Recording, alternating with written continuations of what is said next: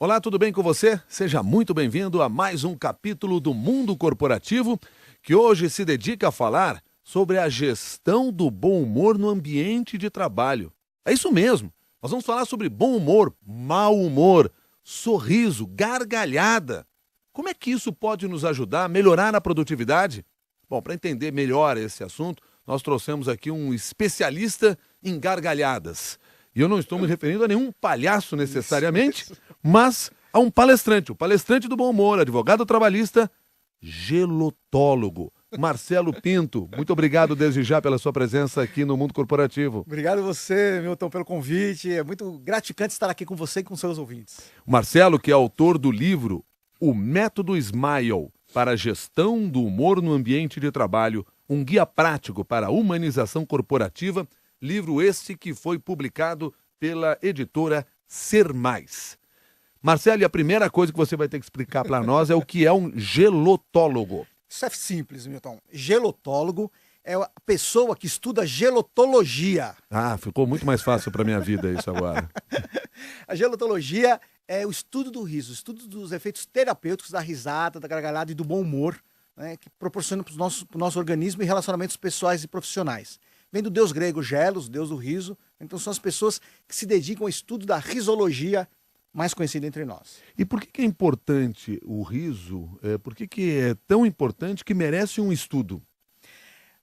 A risoterapia, a partir da década de 60, ela se tornou importante por conta de alguns eventos que aconteceram. Primeiro com a exposição daquele filme O Amor é Contagioso, do Dr. Patty Adams, né, que gerou todo um programa de humanização do ambiente hospitalar. Também com um evento ocorrido com Norman Cousy, que foi um executivo norte-americano, que adquiriu uma doença, uma artrite reumatoide, por conta de emoções negativas que ele passou numa viagem, e que depois, ele pensando, se foram as emoções negativas que geraram esse problema para mim, será que as emoções positivas podem reverter esse quadro? Então ele acabou por completar o seu dia com situações que despertassem o humor, que despertassem risadas nele. E por incrível que pareça, em pouco tempo ele acabou se curando, né, contra os prognósticos dos próprios médicos. Quer dizer que o mau humor causar doença me parece mais comum, mais fácil de nós entendermos. Sim. Muitas vezes as pessoas reclamam que estão de mau humor e aí ficam tensas, e aí a tensão gera dor nas costas, entre outras coisas, dor de cabeça. Agora, sorrir é um antídoto para isso? Sorrir traz mais saúde? Traz mais saúde, né? Porque quando você sorri, o seu cérebro entende uma série de informações positivas, né, para o seu organismo. A partir daí, ele processa endorfinas numa quantidade maior. E as endorfinas nada mais são do que aqueles hormônios que causam sensação de bem-estar, de leveza, analgésica, né? Agora, nós estamos aqui no mundo corporativo, sim, não necessariamente no bem-estar e movimento com Márcio Atala. Boa. Agora, de que maneira, então, todos esses benefícios do sorriso impactam o ambiente de trabalho? Impactam na produtividade? Sem dúvida alguma. Porque as pessoas se tornando mais leves, descontraídas, elas passam a se tornar mais motivadas. Elas se tornam mais agregadoras. Então, o ambiente de trabalho se torna mais produtivo. Porque as pessoas elas passam a colaborar muito mais e não a competir. O nível de conflitos no trabalho reduz. O nível de absenteísmo, que são aquelas faltas por motivos médicos, também reduz, porque as pessoas passam a ir menos aos médicos, a se afastar mais do trabalho, né? Então o bom humor ele proporciona essa melhora, né, no sistema imunológico do nosso organismo. Agora, um ambiente descontraído demais não é um ambiente que perde o foco, por exemplo, nas tais metas que são tão necessárias para que as empresas alcancem seus resultados? Excelente pergunta, Milton. Inclusive, esse é um dos itens do método Smile, que quando você vai identificar oportunidades, você tem que tomar muito cuidado com 4 pontos, que é a descontração no momento certo, no local certo, com as pessoas certas e na medida certa. Porque senão pode acontecer isso, de você acabar extrapolando, né, os limites e gerar problemas, inclusive de assédio moral dentro da empresa. Marcelo, você falou o método Smile, e aliás é o nome do livro que nós apresentamos logo na abertura aqui do programa. De forma resumida, o que é o Smile? O método Smile eu desenvolvi para que nós possamos, dentro da empresa, inserir programas de descontração de uma forma responsável. Então, o S, ele nos reporta ao sorrir, né? Então, a importância das pessoas entenderem os benefícios que o sorriso proporciona, não só para a sua saúde, mas para os seus relacionamentos. E aí, quebrar uma série de preconceitos, de que quem ri não é sério, quem ri não é responsável, que rir muito é coisa de gente boba. Eu uso muito falar isso, né? Marcelo, rir muito é coisa de gente boba. Eu digo que não, rir muito é coisa de gente. Porque tem gente boba que ri, Milton, né? O riso é democrático, todos podem rir, né? Então a gente tem que separar essas questões. A partir do momento que você se conscientiza dos benefícios do sorriso, você passa a enxergar a vida com uma forma diferente. E aí, então entra a segunda letra do método Smile, que é o M, mudança de atitude. Se eu quero tornar o meu ambiente de trabalho melhor, por onde começa essa melhora? É pela empresa? É pelo meu líder? Tem que ser primeiro comigo. Eu tenho que me tornar uma pessoa melhor para que aí eu possa também transformar o ambiente onde eu convivo. A partir disso, eu passo a enxergar várias oportunidades de descontração. Porque através do sistema que nós temos no cérebro, que é o SAR, Sistema de Ativação Reticular, a partir do momento que algumas situações passam a fazer parte do meu repertório, eu passo a enxergá-las com mais frequência, né? Que um exemplo clássico é aquele do Camaro amarelo, né? Então, ninguém tem Camaro amarelo, não, hoje todo mundo tem Camaro amarelo. Eu quero ter um Camaro verde que ninguém tem. A partir do momento que eu compro um Camaro verde, eu começo a ver um monte de Camaros verdes. Por quê? Ele passou a fazer parte do meu repertório. Eles estavam por aí, os Camaros verdes, mas eu não os enxergava. A partir do momento que eu comprei, né, eu passei a ficar desperto para ele e eu começo a enxergar. Então, a partir do momento que eu tenho uma postura bem-humorada, eu passo a identificar uma série de oportunidades de descontração na empresa. Oportunidades essa, que é o terceiro ponto do método Smile, e de identificando oportunidades, que tem que ser respeitado 4 momentos quando identifica essas oportunidades. Como eu já disse, ela tem que ser no momento certo, no local certo, com as pessoas certas e na medida certa.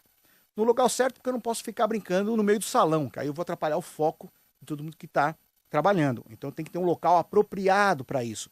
Seja uma sala de descontração, uma sala do ócio, que é muito conhecida hoje, ou o próprio cafezinho, né? O local do cafezinho é um momento oportuno, um local próprio para essas atividades de descontração. No momento certo, não dá para ser em todo momento, né? As pessoas têm momentos que precisam de concentração. Então é importante que a empresa ela identifique uma série de oportunidades durante o ano, onde é possível congregar, né, o grupo para atividades descontraídas. Então, a data da fundação da empresa, ou se não, o dia das mães, ou época de carnaval, onde é permitido que as pessoas possam desenvolver atividades de descontração. E também você pode montar um plano de campanhas de filantropia, campanhas de voluntariado, né? O dia da doação de livros, o dia da doação do sangue, o dia da doação de roupas, tudo isso acaba melhorando o humor da empresa e dos seus colaboradores. Mas, uma vez montado esse plano, aí entra um ponto principal, que é a liderança apoiar isso. Então é o L do método Smile, que é a liderança positiva. E quando eu falo de liderança positiva, eu não digo que o líder tem que ser piadista, humorista, aprender stand-up, nada disso. Ele só tem que entender os benefícios que o bom humor proporciona para os seus colaboradores, né, para os seus liderados, e permitir incentivar que eles participem dessas atividades. A partir disso, tendo o apoio da liderança, nós entramos no último estágio do método Smile, que é o E do envolver os funcionários. Porque não dá para obrigar ninguém a rir. Então eu tenho que envolvê-los. Então, de maneira resumida aqui, o método Smile, que na realidade é um acróstico, Isso. trabalha com S de sorria, M de mude de atitude, I de identifique oportunidades, L de lidere positivamente e E de envolva e execute. Isso. E com isso se tenta fazer esta transformação dentro do ambiente de trabalho. O Joel Reis, nosso ouvinte internauta, diz o seguinte aqui: ouço o programa todos os dias ao ir e vir do meu trabalho, notícias em tempo real, tal, etc. Manda um elogio pra gente, aí já deixa a gente de bom humor. E eu vi uma pergunta pro programa de hoje sobre mau humor no trabalho, ou sobre bom humor no trabalho. O que podemos fazer para não permitir que o trânsito caótico e difícil de todos os dias retire a nossa motivação e bom humor ao irmos para o trabalho? Excelente pergunta, Joel. Excelente pergunta. Quando nós falamos da questão da atitude positiva, é importante que nós entendemos pelo menos 4 momentos que essa atitude ela tem que prevalecer. Primeiro, com nós mesmos, né? Então nós temos que nos convencer de que o nosso dia vai ser um bom dia. Então já sair de casa com essa perspectiva. Deixar uma mensagem positiva em casa também, porque não dá para você estar bem e sair de casa chutando os cachorros, brigando com a mulher. Então você tem que deixar uma mensagem positiva dentro de casa, até para que você retorne também com essa expectativa positiva. A partir daí você está fortalecido para encarar o trânsito, né? E de fato o trânsito hoje é um dos principais agentes estressores do nosso dia a dia. Mas a partir do momento que eu estou convencido de que o meu dia vai ser bom, eu tenho que entender uma coisa. Se o cara do trânsito tá buzinando para mim, e eu tô fazendo o meu trabalho certo, eu tô na minha pista, eu tô certinho, o problema é tá com ele, não tá comigo, né? Se o outro motorista me corta, o problema tá com ele, não tá comigo. Então nós temos que entender isso para que não deixemos que esse mau humor externo acabe nos contaminando. Isso nós estamos falando do trânsito, mas isso se encaixa em qualquer das situações de estresse que nós passamos naturalmente num ambiente urbano. Sem dúvida alguma. Entender que o mundo gira, né? Que nós não somos o centro das situações. Se a pessoa está nervosa, o motivo não somos nós, muitas das vezes, né? Mas a gente acaba assumindo esse motivo para nós. Acha que ela está nervosa por minha culpa. E não é isso que acontece. O Emerson Silva, pelo Twitter, diz que a namorada dele tem conflitos com uma colega de trabalho. Isso tira o humor dela. Como lidar com isso? Isso e é recorrente no dia a dia, né? Primeiro, eu recomendo que se dialogue, que converse, que ela chame a sua colega e explique o que não está lhe agradando. Fala assim, tais atitudes suas não estão me agradando, né? Tem como nós entrarmos num acordo nesse ponto? Entendeu? A única forma de nós resolvermos situações de conflito no trabalho é o diálogo. Durante alguns anos, eu fui um ombudsman interno na empresa onde eu trabalhei. Então, eu recebia as reclamações dos funcionários. E a maior parte dessas reclamações era que não havia diálogo. Mas eu estou assim, chateado por quê? Porque meu chefe não fala comigo, ou porque fulano de tal fez uma brincadeira e eu não gostei. Mas você falou para ele e você não gostou? Porque muitas das vezes as pessoas fazem brincadeiras com nós para não deixarmos essa pessoa magoada, nós até esboçamos um sorriso e a pessoa acha que está agradando e continua com a brincadeira. E isso não está nos fazendo bem. Então é importante haver essa assertividade, né? Falar de uma forma educada, mas colocar os pingos nos is. Outra pergunta que nos chega aqui por parte dos nossos ouvintes internautas, essa aqui enviada pelo mundocorporativo@cbn.com.br, é assinada pelo Anderson Antônio. Ele diz que é extremamente tímido, tem uma certa dificuldade em ser bem-humorado no ambiente de trabalho, quem sabe por algum complexo. Não sou mal-humorado, mas sinto que as pessoas me veem assim por conta deste complexo, que é como ele define. Gosto muito de pessoas descontraídas e, como falei, tenho dificuldade para ser assim. Posso mudar esse quadro e, quem sabe, parecer mais bem-humorado para os meus colegas? Excelente pergunta, Anderson. Veja bem, não é pelo fato de ser introvertido que a pessoa é mal-humorada, né? Introversão não é sinônimo de mau humor, muito pelo contrário. Tem pessoas que são introvertidas, que expressam a sua alegria, o seu humor, de forma diferente, né?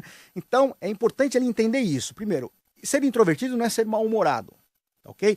E para que ele se torne, entre aspas, uma pessoa bem-humorada, né? Porque bem-humorado todos somos, nós só temos que estimular os bons humores dentro do nosso organismo. E isso com ações sempre positivas. Uma dica seria que ele comece a andar com mais frequência com pessoas que ele entenda que são bem-humoradas. Na hora do almoço, na hora do cafezinho, procurar um envolvimento maior com essas pessoas. Porque assim como o mau humor contamina, o bom humor contagia. Então as pessoas, a gente acaba se contagiando desse humor positivo das pessoas que estão ao nosso redor. O mau humor pode ser uma doença? Sem dúvida, existe a distimia, que é a doença do mau humor. Aliás, a distimia é o estágio inicial da depressão. Para caracterizarmos a distimia, você deve lembrar da hiena Hard, de Hanna-Barbera. Oh dia, oh céus! Não é verdade? Sem dúvida. São aquelas pessoas que todos os dias estão ruins, né? Então nós temos que separar muito bem esses dois maus humorados. Tem aquele mal-humorado, que é o mala, né? Que ele só é mal-humorado com você. Porque quando o chefe chega, ele fica bem-humorado. Então esse é um mal-humorado chato, né? Que só conta piadas preconceituosas e que quando você faz piada com ele não gosta, que só põe apelidos pejorativos nos outros e que quando você põe apelido nele ele não gosta, né, que fica dando aquelas espetadas, depois fala que era só brincadeirinha, né, mas aí já passou o recado. Esse aí é o mal-humorado mala. Mala, sem alça, sem rodinha. Agora tem aquele outro mal-humorado que mesmo quando o chefe chega, ele continua mal-humorado, né? E que para ele, qualquer coisa que aconteça de bom, ele acha que é prenúncio de alguma coisa ruim que vai chegar.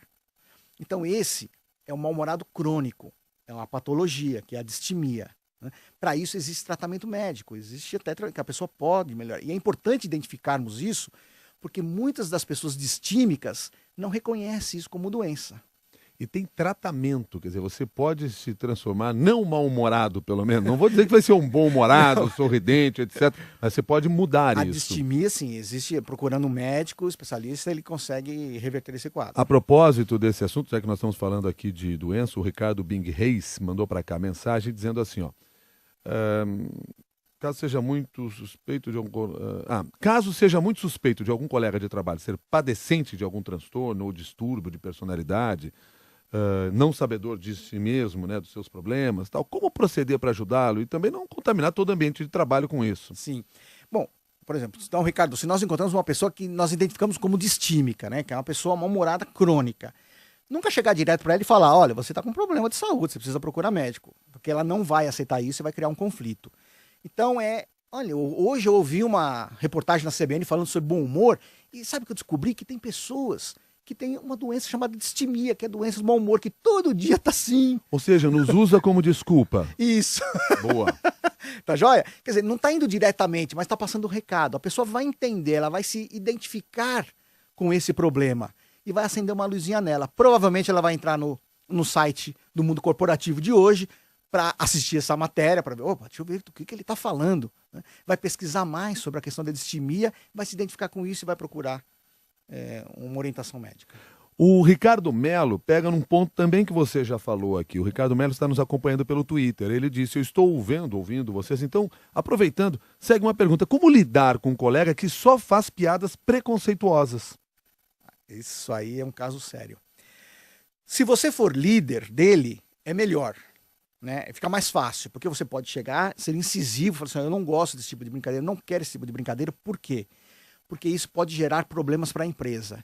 E um dos principais é assédio moral. Né? Então, quando nós fazemos esse tipo de brincadeiras com as pessoas, a gente começa a potencializar um problema que lá na frente vai gerar situações de assédio moral, que gera processo e quem responde é sempre a empresa. Nunca é o funcionário, nem o gestor. A empresa responde por isso. Então, se eu sou gestor, eu posso ser incisivo nesse ponto. Se eu sou um colega, eu também posso orientar sobre isso. Assim, olha, esse tipo de brincadeira que você está fazendo não é aceitável dentro da empresa e você sabia que isso pode gerar um problema mais sério, do qual você pode também ser responsabilizado, entre aspas, com uma possível demissão, que são situações de assédio moral dentro da empresa.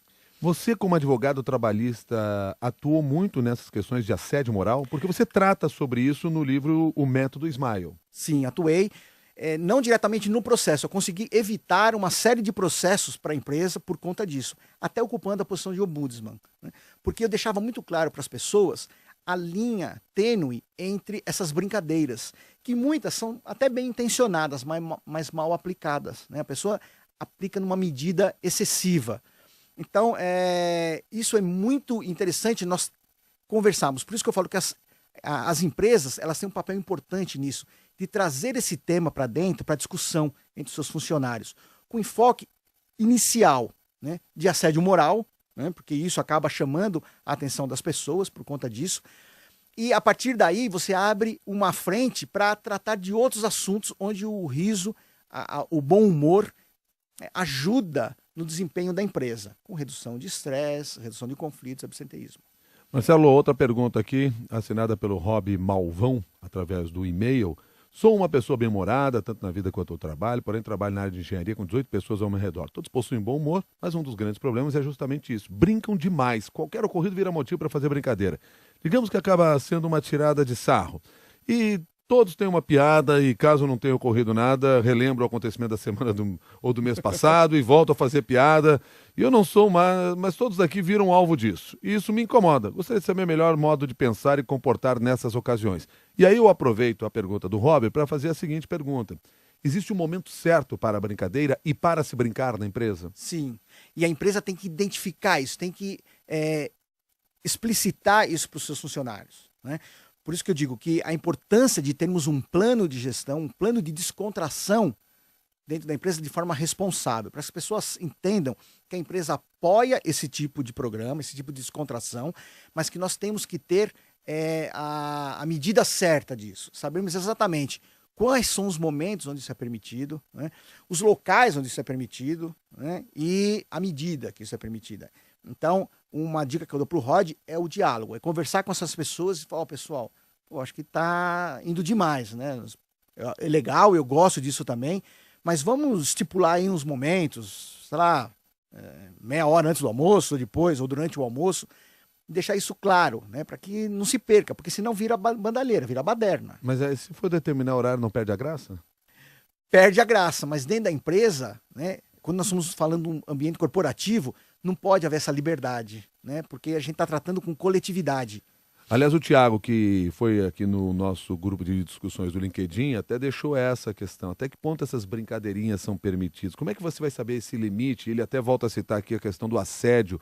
Como controlar esse limite e realmente entender quando você está extrapolando ou não? Mais uma vez, Thiago, é o diálogo. Eu tenho que avisar, eu tenho que informar a pessoa que está interagindo comigo que ela está passando dos limites, né? Pois é, mas o detalhe é, o que é o limite? O limite é o outro, o limite é imposto pela empresa? Então, quando a relação é entre os dois colegas, o limite é do receptor. Eu tenho que informar quem está brincando comigo que ele está ultrapassando do limite, né? Agora, se eu não tenho essa liberdade, se eu não consigo, se eu fico acanhado, eu tenho que procurar ajuda. E aí, então, o primeiro passo é meu líder. Eu tenho que explicar para o meu líder que fulano de tal está com uma série de brincadeiras que não estão me fazendo bem. E aí o líder tem que interagir. Se o líder não consegue, aí nós vamos partir para recursos humanos e por aí vai. Então a empresa ela tem que ter essa estrutura, tem que montar essa estrutura. Agora, uma forma preventiva da empresa lidar com isso é de ela deixar isso claro no seu regulamento, né? Você vai falar assim, poxa, mas tem um regulamento que trata a descontração. Sim, infelizmente na empresa nós temos que ter regras claras, porque a gente está lidando com coletividade, né? Aqueles dias casuais em que você pode ir para a empresa sem terno, sem gravata, que você pode ir fantasiado, cada empresa tem a sua invenção, são importantes neste processo, ajudam neste processo? Sem dúvida alguma, sem dúvida alguma. Porque a empresa está passando a mensagem que ela permite a descontração, mas no momento certo, que é o Short Friday que a gente fala, né? Aquela sexta-feira curta, aquela sexta-feira casual, que as pessoas podem ir de forma descontraída. Aquele é o momento, mas as pessoas também têm que ter o bom senso, né, a consciência de que não é porque a empresa está abrindo aquele dia para descontração que é o dia inteiro, né? Porque precisa produzir também, não é um dia de diversão, né? É um momento, é um dia que é permitido momentos de descontração, momentos mais leves e descontraídos. O Giovanni, pelo Twitter, diz assim, nunca perdi uma piada e só ganhei amigos. O mundo corporativo é tão tenso que gentileza não sobra nem para a família. É verdade? O mundo corporativo é assim, tão tenso assim, de uma maneira geral? É tenso. O mundo corporativo hoje está muito tóxico, né? As empresas elas têm que começar a perceber que elas lidam com pessoas. A empresa ela é formada por pessoas, Milton, né? E pessoas são emoções. E essa história de que eu sou uma coisa em casa, sou outra na empresa, para mim isso é papo furado, tá? Não dá para você se desvencilhar, você é único. Então, mas não tem gente que é mais feliz na empresa do que na família? Tem. Mas ela é mais feliz, não que, mas o comportamento dela é o mesmo. Ela, enquanto pessoa, tem que ser a mesma. Eu até acho que deveria ser o contrário, ser mais feliz na família do que no emprego, né? Porque o emprego é a obrigação que você tem que cumprir, a família você escolheu, etc. Mas enfim, vamos a essa questão. Sem dúvida. Né, que você estava explicando. Quer dizer, não existem eu sou só mal-humorado dentro da empresa, não sou no meu dia a dia, eu só sou no meu dia a dia dentro da minha empresa, eu não sou. Essas coisas não existem de uma maneira geral. Dependendo da empresa que você trabalha, o seu humor pode alterar. Então eu saio de casa bem-humorado, aí eu chego na empresa, o meu líder não está num bom dia, né? Já me dá uma chamada de atenção por uma coisa que eu não fui responsável, isso pode mudar o meu humor. Daí a importância de eu estar convencido de uma atitude positiva, porque eu vou entender que talvez o meu líder não esteja num bom dia e ele está descarregando isso comigo, então o problema não é meu, é dele. Então eu tenho que receber essa energia negativa dele, mas não deixar que isso me contamine e nem repassar isso para os demais colegas, porque isso é um grande problema, principalmente na liderança mediana. Recebe uma chapuletada do diretor e já vai logo repassando para os seus liderados, coisa que isso não deve acontecer. Né? O papel do líder, justamente, do líder médio, é justamente isso, é receber essa carga negativa e saber como transformá-la para os seus liderados de forma amena, para que eles possam render aquilo que o líder maior está pleiteando. Mas ter chefe mal-humorado é bravo. É bravo. Não é fácil. Não é fácil. Não é o caso do Emerson Silva, que nos escreve aqui, que adora, certamente, os líderes todos que trabalham, os gestores da empresa dele. Ele está falando aqui apenas em teoria no Twitter. Ele diz assim, os gestores são os responsáveis pelas tomadas de decisões da empresa. Como lidar com um gestor mal-humorado? O gestor, é importante primeiro o gestor entender que ele tem um grande poder dentro da empresa. É ele que define o humor da sua equipe, tanto para o bem quanto para o mal. Tá? E entender também que, dependendo da escolha que ele fizer, a repercussão é contra ele também negativa, porque as pessoas, a maior parte delas, Milton, não se desligam da empresa, não pedem demissão da empresa, pedem demissão do gestor. Né? Muitas delas não entram com processo trabalhista contra a empresa, elas entram contra o gestor. Mas como não dá para processar o gestor enquanto pessoa física, quem acaba pagando é a empresa. Né? Então, primeiro o líder tem que entender do poder que ele tem na mão. Né? Quão importante a escolha que ele faz com relação ao clima da sua equipe, né? Ao humor da sua equipe. Agora, se eu tenho um gestor que ele é mal-humorado e isso não está me fazendo bem, tem algumas saídas para isso. Primeiro é conversar com ele, né? Se tiver essa abertura, dizer que isso não está fazendo bem, e provavelmente, se o líder estiver convencido de que aquela é a atitude que ele vai ter daqui para frente, então só resta ao liderado ou pedir uma mudança para outra área, ou mudar de empresa, entendeu? Porque nós viemos ao mundo para ser feliz, né? Nós vamos trabalhar para ser feliz e não para sofrer. Agora, nós temos que convir que existem várias empresas que tratam lá os seus colaboradores a ferro e fogo, não tem tempo para brincadeira, não tem sorriso nenhum, e as empresas alcançam resultado assim. Quer dizer, esses gestores, pelo visto, vão continuar o resto da vida assim. Ou eles vão terá um momento em que eles terão de mudar isso, porque há uma mudança contaminando o ambiente de trabalho? Boa pergunta, Milton. Essa é uma postura que vai gerar resultados, mas a curto prazo. Ele não vai conseguir manter uma equipe de forma tóxica por muito tempo. As pessoas vão adoecer. Né? É aquela questão entre ser colaborativo e competitivo. Tem empresas que estimulam seus funcionários a serem competitivos. Com isso, eles conseguem atingir metas num curto espaço de tempo. Mas isso deixa o funcionário em frangalhos. A pessoa fica esgotada. Então, vai chegar um momento que ela vai adoecer ou vai mudar de empresa. Um movimento que nós percebemos que está crescendo são empresas que buscam essas certificações para se tornar uma empresa melhor para se trabalhar. Né? Então, as empresas que não enxergaram isso ainda, elas vão começar a perder seus talentos para essas novas empresas. A Mônica Viana traz uma outra questão pelo e-mail. Estou ouvindo vocês e gostaria que o Marcelo Pinto abordasse o conflito existente entre a geração Y e a geração X, pois o time das duas é fator de conflito constante. Boa pergunta, Mônica. Uma coisa que a gente tem que ter consciência é que a geração Y veio para ficar. Né? Por quê? Porque eles são os futuros líderes. Não tem como a gente reverter esse quadro. Né? E é um pessoal que na maior parte das vezes, foram criados por nós. Né? O meu filho faz parte da geração Y. Então, se a postura dele causa um certo transtorno para algumas pessoas, eu tenho que entender que isso é fruto da minha criação, né? Da minha educação.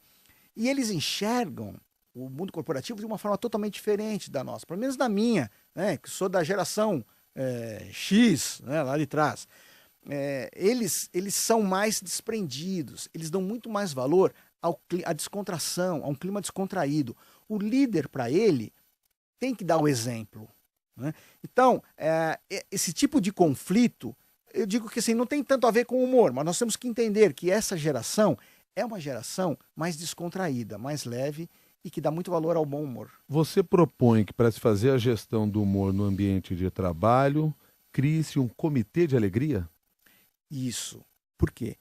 Às vezes a liderança fala, pô, mas eu não tenho tempo para isso. Como é que eu vou criar um programa desse se eu não dou conta nem das minhas atividades do dia a dia?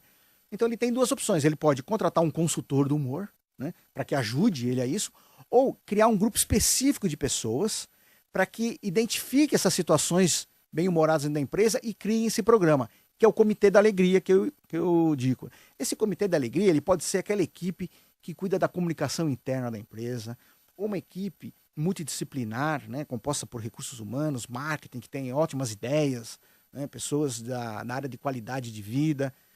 Por que é importante isso? Para que nós tenhamos pessoas que tenham legitimidade, né, para, inclusive, fazer esse tipo de interlocução junto com aquele piadista, né, porque às vezes eu não consigo conversar com ele, porque eu tenho receio de como ele vai receber a minha crítica. Então eu chego para o Comitê da Alegria e falo assim, olha, vocês podem conversar com o fulano de tal, porque ele está com umas brincadeiras que não estão me fazendo bem. Então ele sabe que essa comissão tem legitimidade para cobrar dele uma mudança de postura. Para fechar aqui essa nossa conversa, bom humor com responsabilidade. Bom humor com responsabilidade. É o bom senso de humor, né? É importante que as empresas começam a trazer essa discussão para dentro do seu ambiente, através de palestras de conscientização, de sensibilização, para que as pessoas entendam que a brincadeira ela tem que ter momento certo, hora certa e a medida certa. Marcelo, muito obrigado pela sua gentileza de conversar conosco aqui, Obrigado trazer um você, pouco Milton. desse seu bom humor ou do método para se ter um melhor humor dentro das empresas. Até uma nova oportunidade. Até a próxima. Obrigado. Muito obrigado. Um abraço a você. Marcelo Pinto é palestrante do bom humor, advogado trabalhista, gelotólogo e autor do livro O Método Smile para a Gestão do Humor no Ambiente de Trabalho, um guia prático para a humanização corporativa, livro este editado pela Ser Mais. A você que participou aqui deste Mundo Corporativo, o meu agradecimento. Você colaborou muito mandando suas perguntas e nos acompanhando ao vivo. Lembrando que esta conversa você pode levar para as redes sociais, debater com seus amigos e, se quiser, entrar no nosso grupo de discussões lá no LinkedIn, Mundo Corporativo na CBN. Vai até lá, participe, colabore, porque assim a gente consegue fazer com que essa informação se espalhe por todos os cantos. E quem sabe a gente consiga transformar o ambiente de trabalho, fazendo com que esse ambiente seja muito mais bem-humorado e muito mais agradável para se trabalhar. Combinado assim? Até o próximo capítulo do Mundo Corporativo.